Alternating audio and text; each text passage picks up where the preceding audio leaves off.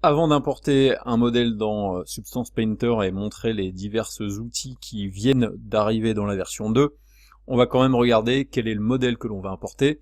Donc le modèle que l'on importe, c'est cette araignée qui est une araignée qui fait partie de la formation que j'avais réalisée autour de la modélisation dans Maya et que vous pouvez retrouver sur tuto.com. Donc c'est une formation d'environ 18 heures qui va vous permettre de voir les diverses options de modélisation à l'intérieur du soft d'Autodesk.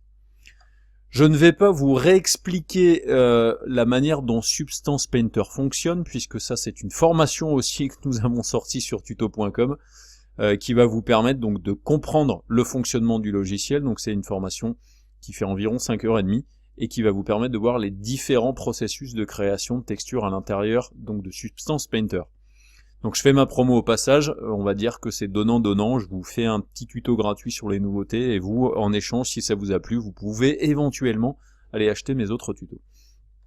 Donc, tout ça parce que je veux pas rentrer dans les détails de pourquoi j'ai fait ça, etc., concernant l'export à partir de Maya, par exemple, même si je vais vous l'expliquer un tout petit peu.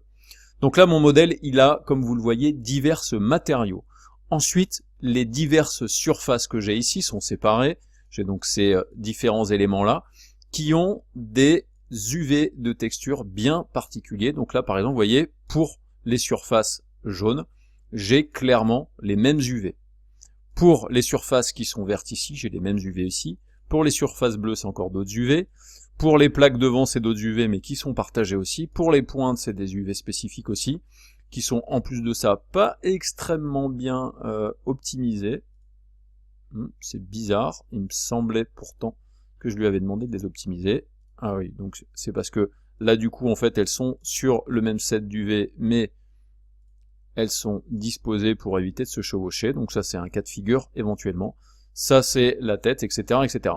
Donc là j'ai fait volontairement des UV qui sont partagés sur chacune des surfaces pour avoir le plus possible des pixels dans la zone des textures. Par contre, la problématique, c'est que comme dans Substance Painter, il va calculer des textures par rapport au positionnement de notre objet dans l'espace, au positionnement des objets les uns par rapport aux autres, et donc aussi par rapport aux UV7, eh bien, ces surfaces-là qui ne sont pas forcément positionnées au même endroit, mais qui pourtant ont les mêmes UV7, vont avoir tendance à utiliser une même texture qui va être générée, et ça risque peut-être de faire des trucs un petit peu bizarres au niveau des textures. J'ai volontairement choisi ce cas de figure-là pour m'éviter des petits soucis, par exemple, de résolution. En fait, techniquement, il faudrait que je fasse un matériau pour chacune des surfaces si je veux clairement avoir quelque chose à la fois de bonne qualité et qui, en plus de ça, sera bon dans Substance Painter. Donc là, comme c'est un modèle un peu complexe, j'ai simplifié le truc, mais normalement, il faudrait que là, vous voyez, j'ai le même matériau appliqué à ces 4 surfaces-là, même ces 8 surfaces-là. Il faudrait clairement que j'ai 8 matériaux différents pour que Substance Painter détecte que là, ici, ces protections au niveau de la base des pattes soient 8 surfaces différentes. Donc ça, maintenant, une fois que c'est fait, ce que je vais faire, c'est que je vais sélectionner cet objet-là complet. Je vais faire exporter la sélection. Je vais l'exporter en tant que Metarachnid 2.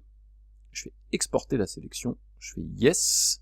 Donc là, il m'exporte la totalité des choses. Et pendant ce temps-là, je vous montre l'autre cas de figure dans lequel vous auriez pu être. C'est par exemple, vous avez plusieurs surfaces ici qui sont collées, qui ont le même matériau, et qui en plus de ça ont les mêmes UV. Par contre, le problème de cette technique-là, c'est que l'on va se retrouver avec des textures qui seront très petites. Et si vous voulez avoir une bonne résolution sur chacune des surfaces, il va falloir mettre 8000 pixels de large par 8000 pixels de large au minimum sur ces surfaces-là pour avoir des textures sympas, voire même au-delà. Et donc ça, clairement, c'est un processus qui ne marche pas très bien dans Substance Painter.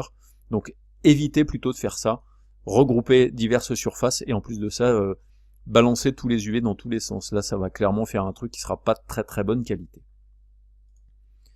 Donc, maintenant qu'on a vu comment optimiser un petit peu nos géométries dans le logiciel de 3D avant de l'importer dans Substance Painter, on va justement aller dans Substance Painter.